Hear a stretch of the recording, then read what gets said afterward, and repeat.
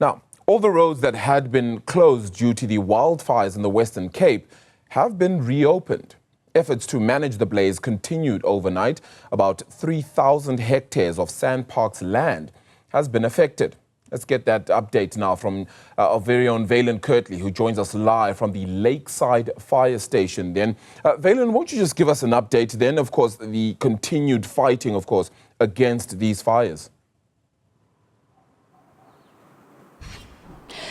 Thank you very much, Arabile. A very good morning to you. A very good morning to our viewers as well. A lot of the firefighting efforts to contain this fire around the South Peninsula have been scaled back. They started being scaled back late last night, and that scaling back has continued today. However, as much as the roads are open, the hiking trails remain closed, and the city has asked that people and the public don't go close to the areas until everything is deemed safe. So here at the Lakeside Fire Station, the shift is about to change. There's been a team that have been working overnight, not only in the Takai area, but also here at the fire station, at the command center, where all the information is coming to and going from in order to coordinate, which you can imagine is a very targeted and strategic operation, certainly a logistical operation that needs to be well managed. So the update coming from the city this morning is that the area along Boys Drive into Cork Bay, around Clovelly and along Oakapseweg into Noordhoek have been deemed safe. At Klein Constantia, there's been hotspots inaccessible to the firefighters.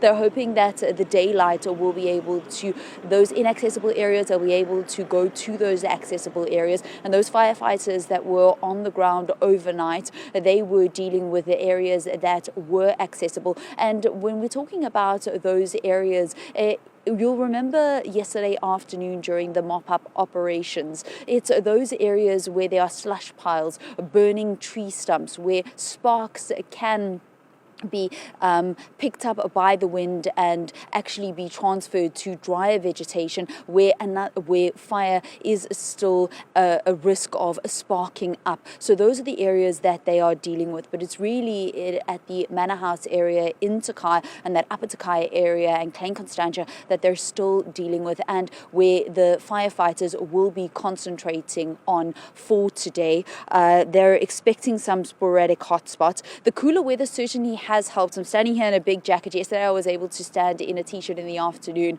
but definitely it has gotten a lot colder overnight. There was a little bit of drizzle earlier on.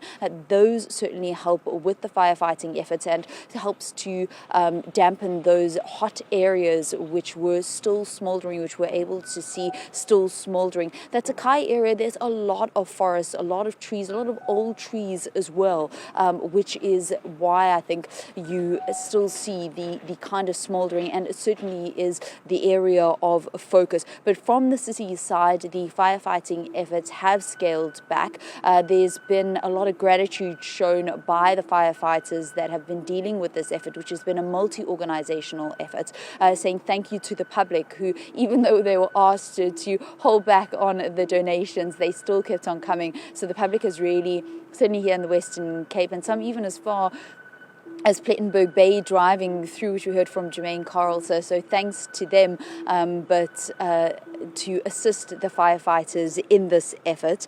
There were 8 vehicles from the city that were stationed overnight, and it's really at 7 o'clock that the shift is going to change. So they work on 12-hour shift here at the fire station. So we're seeing a lot of new, fresher people actually coming in to continue these efforts today, Arabile.